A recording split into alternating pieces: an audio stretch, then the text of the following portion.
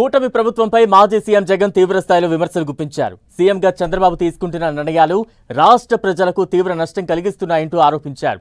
ప్రభుత్వ medical కాలేజీలను private చేతుల్లోకి ఇవ్వడం దరిద్రపు పని అని ఆయన వ్యాఖ్యానించారు. 3 ఏళ్లలో వైసీపీ ప్రభుత్వం 17 మెడికల్ కాలేజీలు ప్రారంభించిందని, ప్రతి జిల్లాలో గవర్నమెంట్ కాలేజీలు ఏర్పాటు చేశామన్నారు.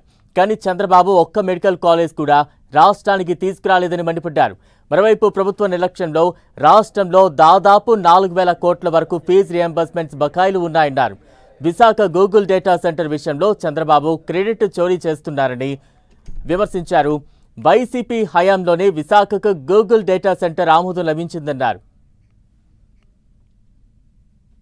జనవరి, ఫిబ్రవరి, మార్చికి సంబంధించిన క్వార్టర్ 2024 క్వార్టర్ నుంచి సెప్టెంబర్ 2025 7 క్వార్టర్స్, ఒక్కొక్క క్వార్టర్కు దాదాపుగా 700 కోట్ల రూపాయలు, 650 కోట్ల నుంచి 700 కోట్ల రూపాయలు ఒక్కొక్క క్వార్టర్కు ఫీజు రీయింబర్స్మెంట్ కింద ఖర్చు అవుతుంది. పూర్తి ఫీజు రీయింబర్స్మెంట్ కింద ఉజ్జాయింపుగా 7 క్వార్టర్స్కు ఇంటూ 700 అంటే 4,900 కోట్లు ఇచ్చింది ఈ ప్రభుత్వం.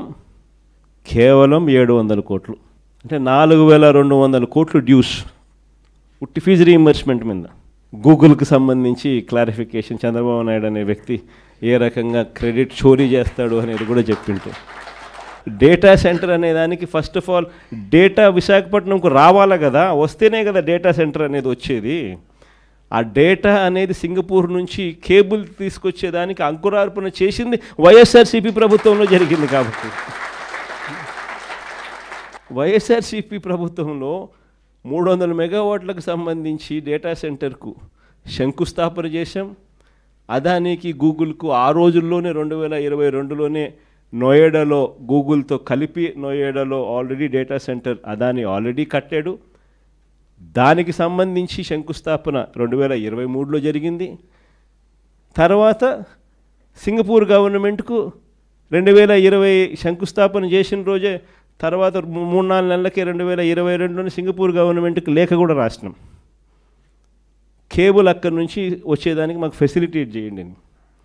అవన్నీ జరిగితే ఈరోజు గూగుల్ వస్తూ ఉందాం.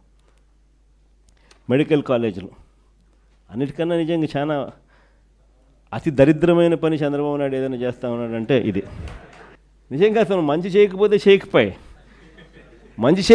చేయకపోయి కనీసం చెడు చేయడం అన్నదానికి మనకి ఇంతకన్నా దరిద్రం ఏదైనా ఉంటుందో నాకు అర్థం కాదు. అసలు గవర్నమెంట్ ఎందుకు ఆర్టీసీ బస్సులు నడుపుతుందో ఎప్పుడైనా ఆలోచన చేశారా? ఎప్పుడైనా తట్టిందా? ఎందుకంటే గవర్నమెంట్ ఇది చేయకపోతే ప్రైవేట్ వాడు పేదవాడిని, మధ్యతరగతిని పూర్తిగా నాశనం చేసేస్తాడు. ఎక్స్ప్లాయిటేషన్ జరుగుతుంది. ప్రైవేట్ ఎక్స్ప్లాయిటేషన్కి చెక్ పడాలి అని అంటే గవర్నమెంట్ అనేది స్కూల్ నడుపుతూనే చెక్కు పడుతుంది. గవర్నమెంట్ అనేది హాస్పిటల్ నడుపుతూనే చెక్కు పడుతుంది. గవర్నమెంట్ అన్నది ట్రాన్స్పోర్ట్ ఆర్టీసీ నడుపుతూనే చెక్కు పడుతుంది. లేకపోతే ప్రైవేట్ వాళ్ళు పేదలను, మధ్యతరగతి వాళ్ళను పూర్తిగా ఎక్స్ప్లాయిట్ చేసే కార్యక్రమం జరుగుతుంది. This is common.